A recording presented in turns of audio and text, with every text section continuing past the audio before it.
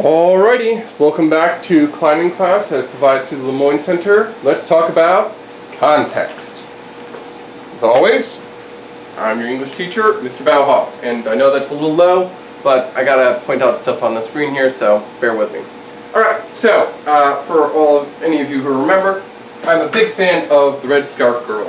So, I was sort of racking my brain about, what's something that we can teach these kids. And it sort of occurred to me to talk about one of my personal passionate subjects, and that is the subject of context. Put things in context. I cannot tell you how many times someone has found themselves in a whole world of trouble, not because they've actually done anything wrong, but simply because there's context lacking. When you testify in court, sometimes it's necessary to stop, when I testify in court, I should say. It's necessary for me to put actions and words into context, So that's a very broad subject, and that's one of the reasons I like it so much, is I get to sit there and I can say, oh, I wonder about this, and I wonder about that. I use the word periphery. Like your peripheral vision, the vision of not directly in front of you, but just things you see out of the corner of your eye, the peripherals. I find a lot of fun in sort of looking around a certain subject and sort of figuring out what it's all about. Hence, today's subject, context. Okay. What is it? Why does it matter? What's going on?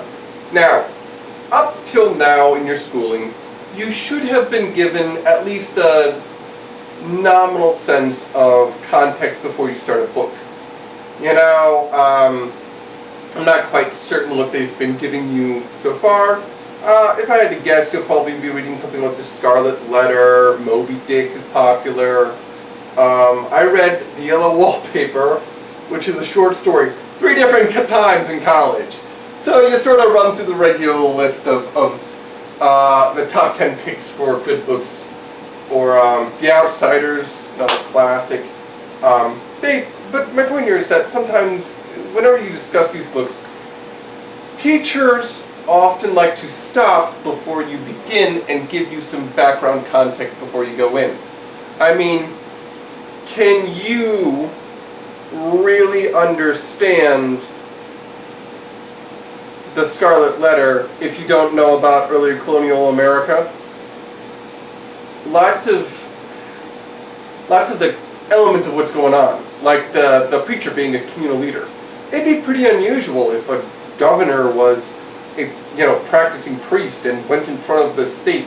I mean, imagine if Tom Wolfe, the governor of Pennsylvania, stood forward and said, we Christians will not allow this kind of behavior here. It's not that stuff never happens, it's just it's not typical. We have a very secular government. We have a very secular mindset when it comes to applying laws.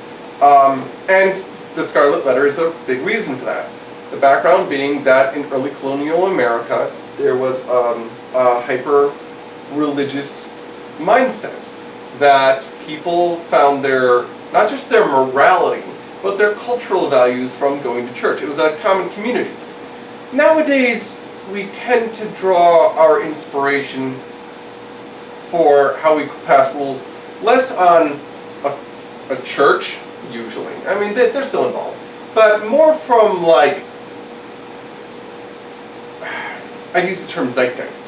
It's stuff that's just out there. A friend of mine posted on Facebook, yada, yada, yada. And then you take from that and you say, well, these are the issues that they're talking about up in Washington or down in Monroeville, what have you. And so that's sort of you need the context in order to understand the story. And then the story explains why some of these cultural values are no longer going to be around. When it comes to religion, one of the issues they came up with as to why they wanted it out of government is that people began to mistake a personal morality for their religiosity. Well, so-and-so goes to church a lot, he must be a good person. Well, I got news for you. A really terrible person can walk through a set of doors, whether or not those doors are consecrated unto their God. You can still do bad things and go to church, and you can do good things and go to church. All right? It's not strictly, there's no strict correlation there. Now, context. The reason I bring this up is I want to teach you how to find context in the materials you're going through. Case in point. Alright, I know, I'm a huge geek for this, Jai Lee. But, I think this is important to think about for a second. So, you know, I'll pop over momentarily to the Scarlet Letter before we go to Red Scarf Girl. Alright. Why teach it?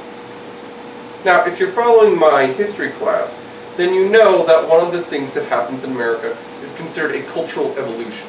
That there are certain elements that were present from very, very early on in our inception, before we were even a colony, that then bear forward. Like people using guns. Alright? Whether you like them or hate them, the guy who shows up with the firearm is the guy who tends to win. Therefore, Americans cling to their weapons. Alright? Because it's not uncommon for bad people to get guns, and therefore everyone wants to hold on to their own. Now you might say, well gee, if guns had never come to North America, and we were all just running around with bows and arrows and spears, maybe we wouldn't have so many of these problems. On the other hand, if the people who were running around with bows and arrows and spears, when the people with the guns did show up, couldn't stop the guys with the guns. You see what I'm talking about? So there's this cultural element that begins very early on, that the guy with the gun makes the decisions for right or wrong. Well, not right or wrong, but that's how it begins. And then it just bears forward. That is the cultural context. And then it bears forward. The same thing is also true in the Scarlet Letter. Very early on in American history, we were the outsiders, the nobodies, the rejects, the runaways. And that mindset, I mean, memory serves, it's Georgia. Georgia started as a penal colony. We were prisoners, slaves, outcasts, persecuted. And therefore, whenever a system in America got to the point where things got a little too big, a little too powerful, and a system set up that was going to target a certain group of people, even from the very early inception of it, Americans rejected that concept to target a minority for the good of the majority, is what I'm saying. Now, context of the Red Scarf Girl. I already know what it is, so I'm going to tell you about it. Time. Alright, this happened, well actually more than that now, but this happened in like 1950s. I mean, the surrounding context would be like the 40s through like the 60s. Right? So, no iPhones, no computers, no, I'd even go so far as to say like a lot of Western media the way we understand it. It'd be unusual for someone to have like a television. So, when you're reading through Red Scarf Girl, bear in mind that to me, whenever you're looking to try and put someone in a time period, understanding their technology is a big part of that. Once more, I do recommend reading through this book, but it talks also about it's talking about what it's like to be post-colonial China. So, you know, as you know full well, the European nations went around the world, started kicking people around, and then those people started kicking back. So, when did China do that? Well, around World War I. Well, they always were fighting back. During the Boxer Rebellion, probably is fairer. But now that Europe's gone, people are fighting about what kind of nation they're going to be. So you kind of have a mindset here. I put down the 50s because that's kind of the background to where she's starting, but on the back it actually says it's 1966. So, bear in mind when you're looking for a time that little C next in your history books where it means circa, that means around this time. She's affected directly by the revolutions of the 50s and 60s. And, I mean, obviously she's affected by all of them, but this is around the time frame. Like I said, about half a century ago. Place. China. I don't think I should have to spend too much time qualifying that it's set in China.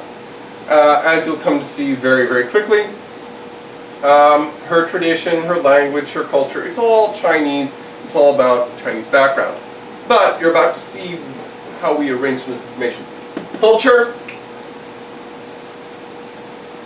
I would say it is, she's part of a conservative, versus progressive culture. Now, you're probably thinking, why not just write down that she's Chinese, or that she's from the East, or what have you. Here's why. When you read through books, you're not always going to have a teacher there to sit down and say this is where it is.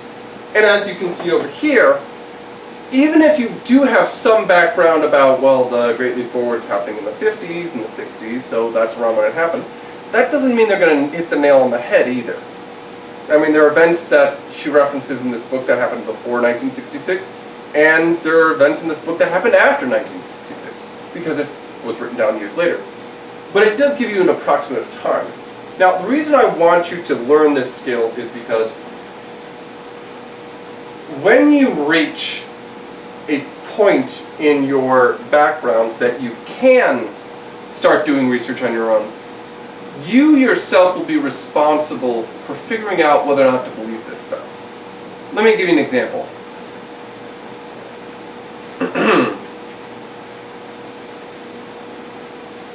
I would like to thank my dear parents who have given me their unconditional love wherever I go and whatever I do. Alright, so there's an acknowledgement here. If you're going to appraise whether or not you can trust this author, part of that means looking at who they were before the book began. It means, let me pause for a second. I'm drawing this is history that we're looking at here. This is a first eyewitness account of what life was like in China during the Communist Revolution. So her thoughts do matter to us if we're going to study it. So pulling out the context of where she's from and her approach help us better understand the Chinese perspective on what happened during this period in history. Make sense? Alright, so I'm going to read you a little bit here about trying to figure out where it is. The first chapter is called The Liberation Army Dancer. Alright, culture. Conservative versus progressive. Alright? Now, you might have your own opinions on this, but liberation is definitely a cultural movement. Whether you consider it good or bad or a mixture of the two, which is probably the fairest representation, fundamentally, this is about her culture. Army. Armies are almost universally dedicated to a specific culture. There are exceptions. Those exceptions are not usually easily defined, but I mean, imagine if the American army isn't fighting wars for America. What are you even doing? So, they're dedicated to a specific nation, which is defined by its culture. Then, dancer. I understand that America is multicultural, so we sort of view dance as just sort of fun that we have, but dance is often drawn from cultural roots. China developed its own system of dance, just like Europe did. You know, there were French histories about dance, there are histories across Germany about how they have their own dances, and it's actually kind of interesting that you can go through each nation and across continents and you can see that there are certain traits. Now, they all have a lot in common, usually music and rhythm and stuff like that, but, you know, movements and rules and even interchange between different dancers at those dances are all dictated by cultural elements. So just the name of the just the name of the chapter gives us a little bit of understanding about the conservative versus progressive ideals of this particular culture. Chairman Mao, right here.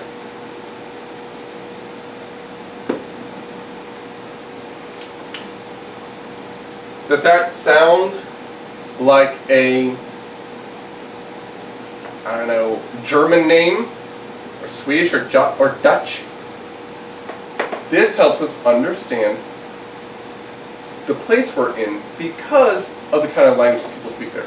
Once more, I know that in a multicultural society you can just go online and you'll find material about foreign nations, but before the existence of the internet, for a lot of history, people began to form very isolated cultures. I mean, even online, there are still isolated cultures about, for cartoons and for, art styles. The people will just form their own community and then they have language in that.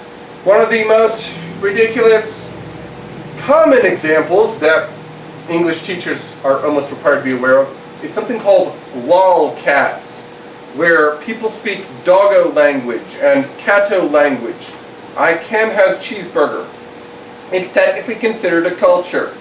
It's developing its own language. Cross your fingers that that's as far as it goes, but there are places I've seen where people are more or less speaking what would commonly in a classroom be considered gibberish, but everyone else understands them because that's how this happens. A bunch of people form up a group, they all start talking about animals, and then they start creating their own dialect, their own rules of grammar and verbs. Once more, like I said at the very beginning of this class, you can't pass hard rules about language. Language itself will not be defined by those things. I don't care who you are. I don't care how smart you are. Anytime you say, LOL cannot mean laugh out loud, people are going to do it. You know why? Because they can't. That's how language works. But, Mao, Chinese name. Also chairman, right back over here. Conservative versus progressive. Now, as background here, I've mentioned in passing the Great Leap Forward was Chairman Mao, and he is trying to push his country into a more modern society. You'll find a lot of rhetoric about socialism versus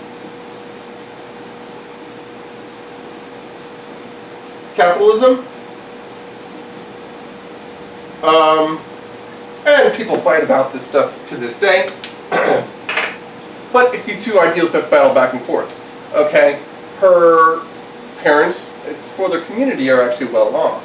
So that's a capitalism thing. But then there's also this socialist ideal that if you're, within the context of the book, if you're better off, then therefore you yourself must have done something evil. Well, I mean, I don't think it's fair to go after her for that, but that's what ends up happening. Therefore, it goes in right into their culture. And you can begin to see how quickly you can glean clues. Just little things, names, the statements people are using. Actually, it mentions right here that it's in May. So I'm going to put that down over here over time. So, May's hot, people.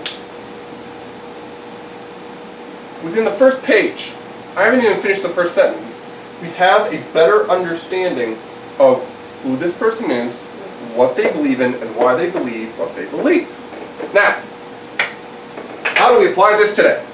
I'm going to read a little bit more, and I'm going to sort of explain why this matters so very much to me. Okay? So,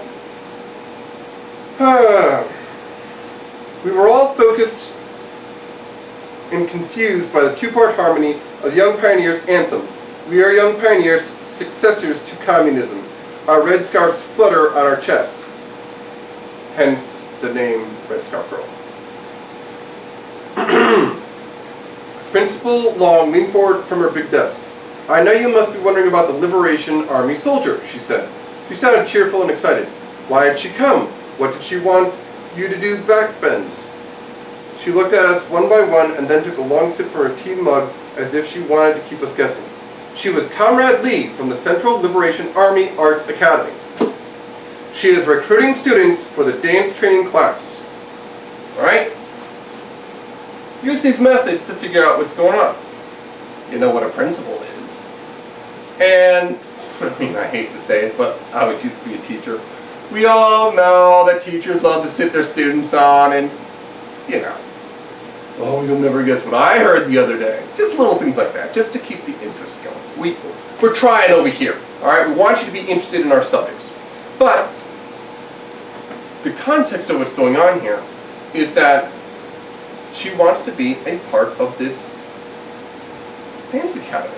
She wants to be a good communist. What does that tell you about her culture? How do you use, I mean, you can do this with almost anything. You can use this with history books. You can use this with graphic novels. You can use this even with typical novels where there's, any form of fiction. It's great because all you have to do is just sit down and say, what about it often helps if you focus on like technology, the kind of names that people have, even if they tell you where they are. By getting all these elements together, the time, the place, and the kind of culture they're in, it helps you get into their mindset. Top 5 reasons, and then I'll give you your prompt, and you can put it below, and just a little something to help you figure out what's going on. Okay. Top 5 reasons that I have for it, and I probably might not even get through all of them. Number 1 is that by looking at a book and just reading through it without context, you're not really getting anything out of it. It'd be like eating junk food. Yeah, you get a little bit, but nothing will really be able to resonate with you. Context helps that. Number 2, as once more, you're part of a multicultural society. By gleaning more information about the person, you begin to understand their actions. If you look at China's Great Leap Forward, a lot of bad stuff happened. Why? Well, by reading the background on this and understanding their context, you begin to understand their approach. Now, bad things happened, good things happened, sure. You have to start looking at the motivations.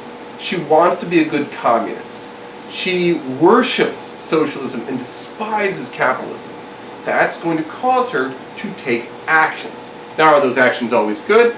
No, but they're not always bad either. All right, it's a mixture. She's a very deep person. And so, as you begin to understand her approach, you begin to sympathize with why she does what she does, even if you don't personally agree with her. Another reason you're going to want to understand context here is that history has a tendency to repeat itself, unfortunately. Fortunately and unfortunately. And a lot of times, especially today, people will talk about things that happened in the past as if it's happening again.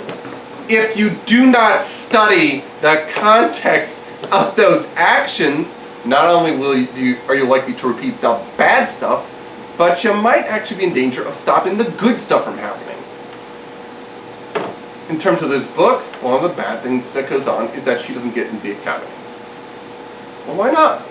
Well, this is usually the part where I tell you to read the book, but I'll just tell you.